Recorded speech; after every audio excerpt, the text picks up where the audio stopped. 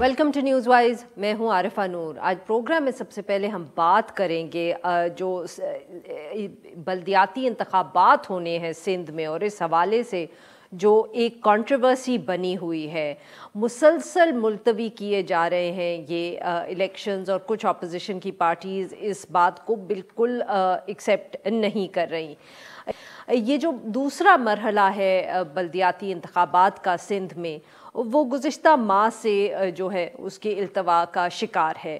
سندھ حکومت کی طرف سے بار بار یہ کہا گیا ہے کہ صوبے میں جو سیلاب کی وجہ سے تباہ کاری ہوئی ہے، اور اس کے ساتھ ساتھ ان کی جو بحالی کے لیے کام ہو رہا ہے، تو اس کی وجہ سے بھی جو سیکیورٹی اہلکار ہیں وہ بہت مصروف ہیں، اور انتخابات جو ہیں وہ نہیں کروائے جا سکتے وقت پر۔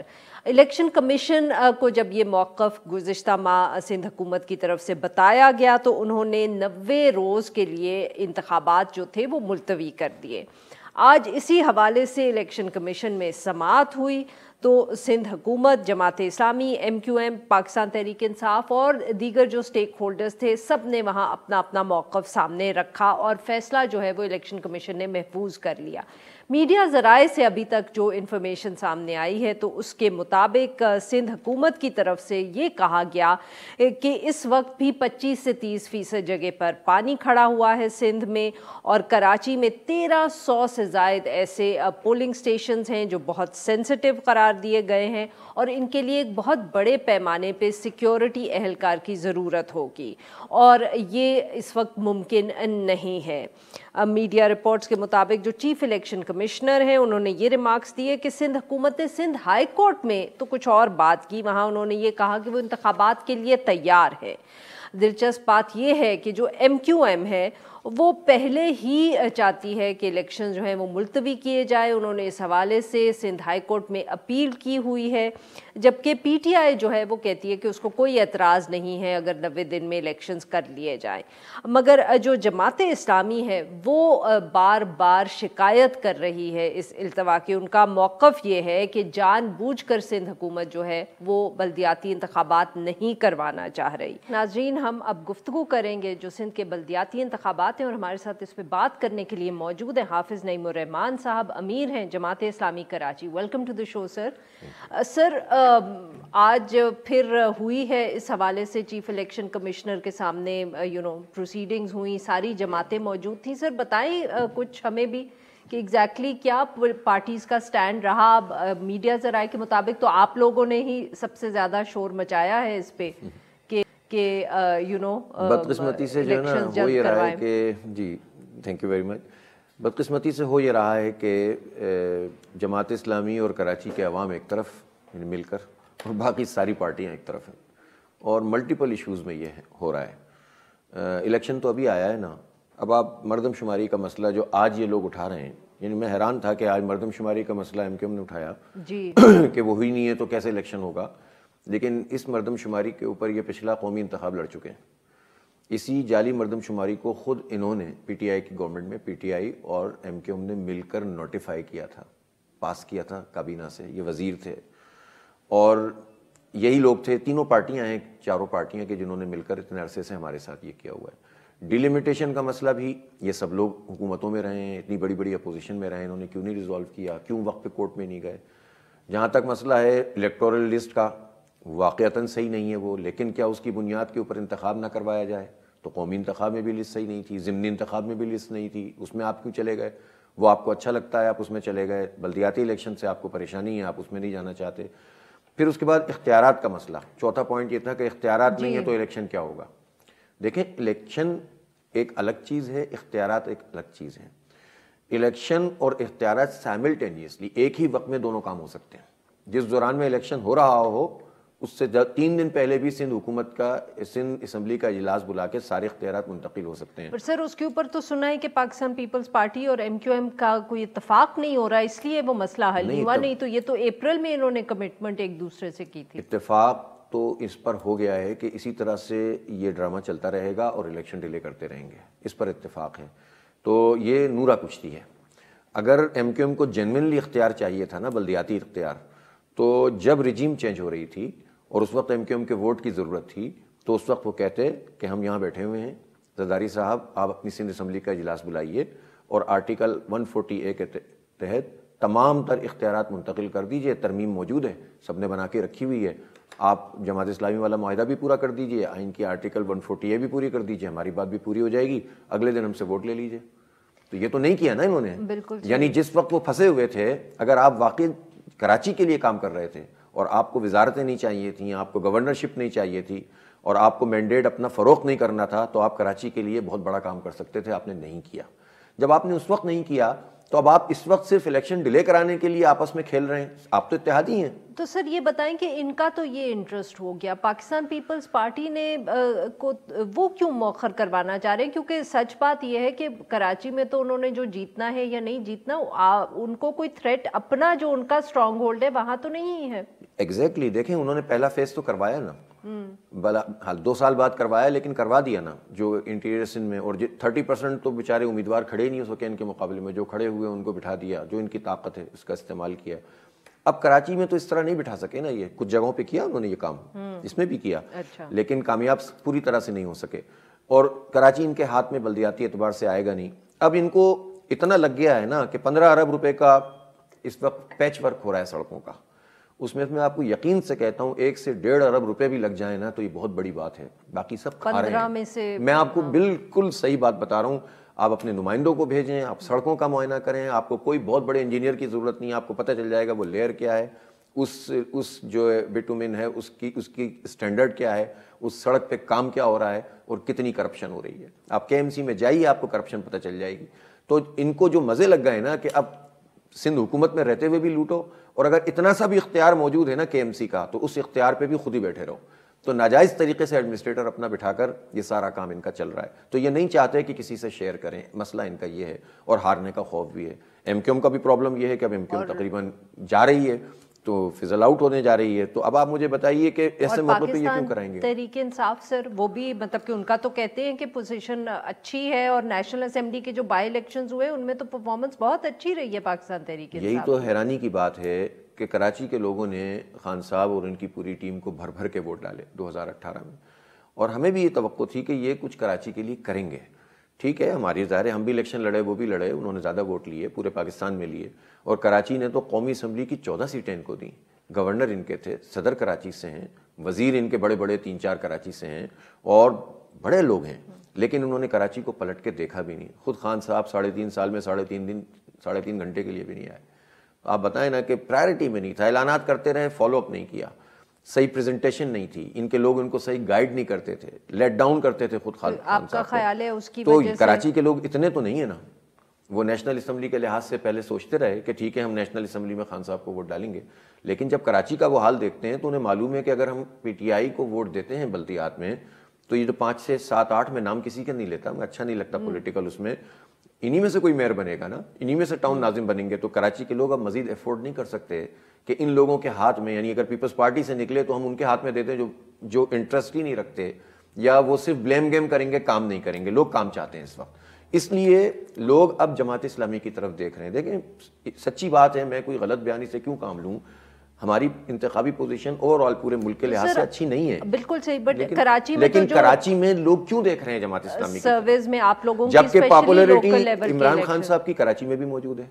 تو اس کا مطلب یہ ہے کہ اب لوگ کام چاہتے ہیں، اور کراچی کے لوگ خاص طور پر یہ چاہتے ہیں کہ برباد ہو گیا ہے ہمارا شہر، ٹوٹ گیا ہے، کچھ بھی نہیں، آپ یقین کریں۔ تو سر آج الیکشن کمیشن میں جب بات ہوئی آپ کو کیا لگا؟ آپ بیکاز آپ واحد جماعت تھے وہاں جو یہ کہہ رہے تھے کہ الیکشنز وقت پہ ہونے چاہیے، کہ آپ کو لگتا ہے کہ کوئی انصاف آپ کو ملے گا جو آپ کا موقف؟ یہ ہمارا مسئلہ، دیکھیں میں آپ کو ایک بات بتاؤں، جماعت اسلامی کا کیا مسئلہ ہے؟ ہماری کراچی کے حقوق کی تحریک چل رہی تھی، درمیان میں الیکشن آیا ہے، وہ ہم چلاتے رہیں گے، ہم حق کو بیان کرتے رہیں گے، چھیننے کی کوشش کرتے رہیں گے، عوام کے ساتھ مل کر کام کریں گے، ہماری تو پینیٹریشن بڑھ رہی ہے، ہم قومی انتخاب کی طرف جا رہے ہیں، اللہ کا شکر ہے جی بالکل، ہم ظاہر جا رہے ہیں نا، ایسا تو نہیں ہے نا کہ لوگ اتنے بے وقوف ہیں کہ وہ جماعت اسلامی کے بارے میں اگر ان کی رائے بن رہی ہے کہ واقعی ہماری لیڈرشپ جینون طریقے سے ہمارا مسئلہ حل کرنا چاہتے ہیں تو وہ صرف جو ہے وہ 4 دن کے لیے آپ کے ساتھ دیں گے، تو یہ ہمیں تو کوئی پرابلم نہیں ہے یار، مسئلہ ہمارا نہیں ہے، مسئلہ کراچی کا ہے، کراچی افورڈ نہیں کر سکتا، کراچی کو میئر چاہیے۔ ہاں تو وہی تو کہہ رہی تو ہوں نا، یہ جو لوگ ہیں ایشو جو تھا تو آپ کو کیا لگا؟ کوئی جواز نہیں ہے الیکشن کمیشن کے پاس،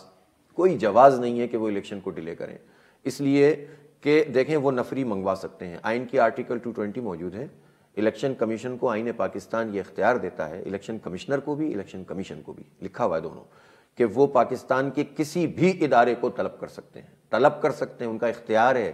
یعنی پاک آرمی ہو, نیوی ہو, فرنٹیئر کور ہو, پاکستان رینجرز ہو, پنجاب پولیس ہو, کے پی پولیس ہو, سندھ پولیس ہو, کوئی ڈینائی نہیں کر سکتا.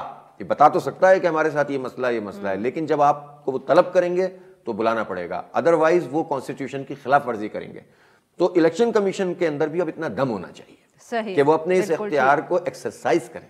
جب وہ ایکسرسائز نہیں کریں گے تو اس کے نتیجے میں لگے گا کہ آپ بھی سہولت کاری کر رہے ہیں پیپلز پارٹی کی. تو اس لیے ہم نے تو آج صاف بات کی ہے, اور الیکشن کمیشن نے اس بات کو سمجھا ہے کہ آپ الیکشن کروائیے اور اپنا اختیار ایکسرسائز کیجئے, استعمال کیجئے. اور کراچی کے لوگوں کو اب یہ دیکھیں, یہ جمہوریت دشمنی ہے, یہ عوام دشمنی ہے, یہ سندھ دشمنی ہے. اسی بات یہ بھی کر لیں سیاسی طور پہ, آج بھی ایک بہت ڈان میں خبر چھپی, انہوں نے ذکر کیا کہ ایم کیو ایم کے دھڑے جو ہیں وہ اکٹھے ہو رہے ہیں, اکٹھے کیے جا رہے ہیں. کیا آپ کو لگتا ہے کہ اگر ایم کیو ایم اکٹھی ہو گئی تو لوکل گورنمنٹ کے جب الیکشنز ہوں گے تو آپ کو ایک مطلب کہ چیلنج ان کی طرف سے مل سکتا ہے؟ میرا خیال ہے کہ دیکھیں, پولیٹیکل پارٹیز کام کریں, اکٹھی ہوں, 4 حصوں میں تقسیم ہو جائیں, چاروں مل کر دوبارہ جڑ جائیں, کوئی حرج نہیں ہے, ہمیں کوئی اس سے پریشانی نہیں ہے. جہاں تک ایم کیو ایم کا تعلق ہے, ایم کیو ایم اپنی مدت پوری کر چکی ہے, 30-35 سال کا یہ سفر ہے اس کا, اور کئی بار جو ہے وہ میں تیرا چراغ ہوں, جلائے جا بجھائے جا ہوتا رہا ہے. جب یہ خود عوامی لحاظ سے ان پاپولر ہوتے ہیں تو ان کو دوبارہ سے جو ہے وہ اس مردہ گھوڑے میں جان ڈالنے کی کوشش کی جاتی ہے. پہلے کسی حد تک یہ کوششیں کامیاب ہو گئی ہیں, اب 0 جمع 0 جمع 0 ہی ہوگا. اب یہ سب بھی مل جائیں, کچھ بھی ہو جائے, اب یہ کراچی کے لوگ ان کی طرف نہیں جائیں گے. میں ایک پولیٹیکل ورکر کے طور پر اور 35-40 سال کے اس تجربے کا عینی شاہد اور وکٹم ہوتے ہوئے یہ بات کہہ رہا ہوں, کراچی کے شہری کی حیثیت سے. ہم نے کراچی کو تباہ ہوتے ہوئے ان کے ہاتھوں دیکھا ہے. تو اب میرا نہیں خیال ہے کہ کراچی کے لوگ کسی بھی نعرے میں اور کسی بھی جھوٹ کے اوپر آ کر کھڑے ہو جائیں گے ان کے ساتھ. کراچی کے لوگ اب اپنے لیے راستہ تلاش کر رہے ہیں, اور اللہ کا شکر ہے ابھی میں یہ کہتا ہوں کہ ابھی ایسا نہیں ہوا کہ لوگ سڑکوں پر آ کر کھڑے ہو گئے ہوں اور احتجاج شروع کر دیا ہو.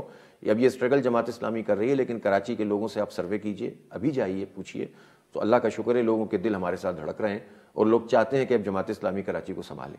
اور سر, کیا یہ ممکن ہے کہ آپ لوگ پاکستان تحریک انصاف کے ساتھ مل کے کوئی الائنس, کیونکہ کے پی میں 2013 کے بعد بنی تھی, تو اب اگر پریزنس آپ کی بھی ہے, آپ کو لگتا ہے پاکستان تحریک انصاف کی, تو ہمیں یہ نظر آتی ہے, از دیٹ اے پاسبلٹی؟ دیکھیں ابھی ارلی ہے, اس لیے کہ دیکھیں بلدیاتی الیکشن میں 2 مرحلے ہیں نا. ایک مرحلہ یہ ہے کہ نامینیشن فائل ہو گئی ہیں, ایڈجسٹمنٹ نامینیشن سے پہلے ہو سکتی تھی, جب وہ فائل ہو گئی تو سب پارٹیاں لڑ رہی ہیں.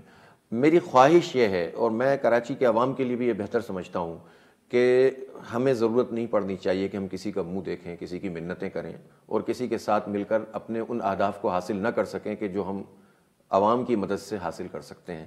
اللہ نہ کرے کہ ہمیں اس کی ضرورت پڑے, اللہ کرے گا انشاءاللہ ہمیں ایبسولوٹ میجورٹی ملے گی, بلدیات کی میں بات کر رہا ہوں, اور اس کے نتیجے میں ہم سرو کریں گے. لیکن ایک بات اور کہنا چاہتا ہوں, پیپلز پارٹی تو خیر جو بھی وہ ہے, ایم کیو ایم جو بھی ہے, پی ٹی آئی ہے, جتنی بھی پارٹیاں ہیں, ہمارا اتنا ظرف ہے کہ ہم سب کو ساتھ لے کر چل سکتے ہیں. ہم کراچی کو کراچی کے حیثیت سے دیکھیں گے, اس کا رہنے والا ہر فرد کسی بھی پارٹی سے تعلق رکھتا ہو, کسی کی یونین کمیٹی ہوگی, ہم نے کر کے دکھایا تھا پہلے بھی, اور اب بھی ہم یہ عزم رکھتے ہیں کہ ہم تقسیم نہیں کریں گے, ہم سب کو ساتھ لے کر چلیں گے. اتنا ظرف صرف جماعت اسلامی کا ہی ہے, ورنہ یہ اگر ان میں سے کوئی اس طرح کے اکٹھے ہو گئے تو آپ سوچیں کیا ہونا ہے. اور سر, آخری الیکشنز ہو بھی گئے تو جو پاور کا ایشو ہے, جو پیسے کا ایشو ہے, بلدیاتی انتخابات ہو بھی جائیں تو اگر حکومتوں کو پیسے نہیں ملیں گے, پاورز نہیں ملیں گے, تو پھر آپ بھی شاید پرفارم نہ کر پائیں. یہ تو طویل جنگ ہے جو وڈیرہ شاہی اور جاگیرداری سے ہے, اور یہ جنگ جاری ہے. یہ جنگ میں درمیان میں انتخاب آ گیا ہے. اس انتخاب کو ہونا چاہیے, اس لیے کہ اس وقت تو ہماری بقا کا مسئلہ ہے, ہمیں پیر رکھنے کی جگہ چاہیے. کراچی کے لوگوں کو اس وقت اپنا ایک آواز چاہیے, ایک میئر چاہیے, ایک ایسا فرد اور ایک ایسی ٹیم چاہیے کہ جو کراچی کی ترجمانی کرے, ان کے ووٹوں سے منتخب ہو. دیکھیں پچھلے دفعہ مسئلہ کیا ہوا, جب اختیار چھین لیے گئے, ایک تو چھیننے میں بھی سب شامل تھے, اور پھر ہوا یہ کہ یہ لوگ روتے تو رہے لیکن انہوں نے اپنے اختیار کے مطابق بھی کام نہیں کیا. 25-26 ارب روپے کا اگر کے ایم سی کا بجٹ تھا, اور ڈی ایم سیز یعنی ڈسٹرکٹ کے بجٹ اگر تقریباً 70-72-80 ارب روپے کے تھے, تو یہ بن جاتے ہیں 100 ارب روپے. 100 ارب روپے جمع ہوتے ہوئے اور خرچ ہوتے ہوئے نظر آتے نا, تو ہم بھی ان کا ساتھ دیتے. لیکن جب انہوں نے اپنے اختیار میں موجود کام نہیں کیا، کرپشن کی، لوٹ مار کی، توجہ نہیں دی، تو پھر ان کا صرف رو سکتے تھے، فائل پھینک سکتے تھے، لے نہیں سکتے تھے۔ جماعت اسلامی کا میئر تو یہ کام نہیں کرے گا۔ جماعت اسلامی کا میئر اپنے حصے سے انشاءاللہ زیادہ کام کرے گا۔ اس کے پاس ٹیم ہے، دیانتدار لوگوں کی ٹیم ہے۔ مجھے کچھ کہنے کی ضرورت نہیں ہے، لوگ سمجھتے ہیں کہ جینوئن آواز بھی جماعت اٹھاتی ہے اور جینوئنلی ایمانداری کے ساتھ کام بھی جماعت کے لوگ کرتے ہیں۔ ہمارے پاس ایک بہت بڑی مثال نعمت اللہ خان کی اور عبدالستار افغانی کی ہے اور ان کے پورے دور کی ہے۔ ایک پائی کی کرپشن کوئی نہیں ثابت کر سکتا، کہہ نہیں سکتے ثابت، تو چھوڑ دیجئے آپ۔ تو اللہ کا شکر ہے جب آنیسٹی ہو، ڈیڈیکیشن ہو، ٹیم ہو اور آپ کا ویژن ہو اور آپ کے پاس صلاحیت ہو، یہی چیزیں چاہیے ہوتی ہیں۔ اللہ کا شکر ہے جماعت اسلامی کیپیبل ہے۔ ہم جب کام کرنے لگیں گے نا، آپ یقین کریں کراچی کے 3 کروڑ لوگ، پیپلز پارٹی کے لوگ ہمارا ساتھ دیں گے۔ ان کو اختیار دینا پڑے گا۔ پی ٹی آئی کے لوگ ہمارا ساتھ دیں گے، ایم کیو ایم کے لوگ ہمارا ساتھ دیں گے کہ یار ان لوگوں کو مضبوط کرو کراچی کے لیے، اور یہ اپنی پارٹیوں میں پریشر آئے گا اور ان کو دینا پڑے گا۔ پوری دنیا میں ایکسپوز ہو جائیں گے یہ کہ یہ ایک شہر کے ساتھ تم نے کیا سلوک کیا ہوا ہے، لیکن کوئی پیر رکھنے کی جگہ دے، کوئی آواز تو ہو، کوئی کام ہوتا ہوا دکھے تو صحیح۔ بہت بہت شکریہ سر، آپ نے ہمارے لیے وقت نکالا۔ پروگرام کے اس حصے میں ہم ذکر کریں گے بلوچستان میں ڈیرہ بگٹی میں 100 سے زائد افراد کے خلاف ایک ہی دن میں دہشت گردی ایکٹ کے خلاف ایف آئی آر جو ہے وہ درج کی گئی ہے۔ سوشل میڈیا اطلاعات کے مطابق ڈیرہ بگٹی میں 100 سے زائد افراد جو ہیں ان کے خلاف دہشت گردی کی جو دفعات ہیں ان کے تحت ایف آئی آر جو ہے وہ رجسٹر کی گئی ہے۔ اور ان لوگوں میں انٹرسٹنگلی 2018 میں جو ایک NA-259 سے انتخاب جو امیدوار نے لڑا تھا اس کا نام بھی ہے۔ سابق وزیر داخلہ بلوچستان سرفراز بگٹی نے اپنے ٹویٹر پیغام میں یہ کہا کہ ان تمام افراد پر یہ ایف آئی آر اس لیے کاٹی گئی کیونکہ الزامات تھے کہ ڈیرہ بگٹی میں عوام سے وہ بھتہ اور رشوت لے رہے تھے۔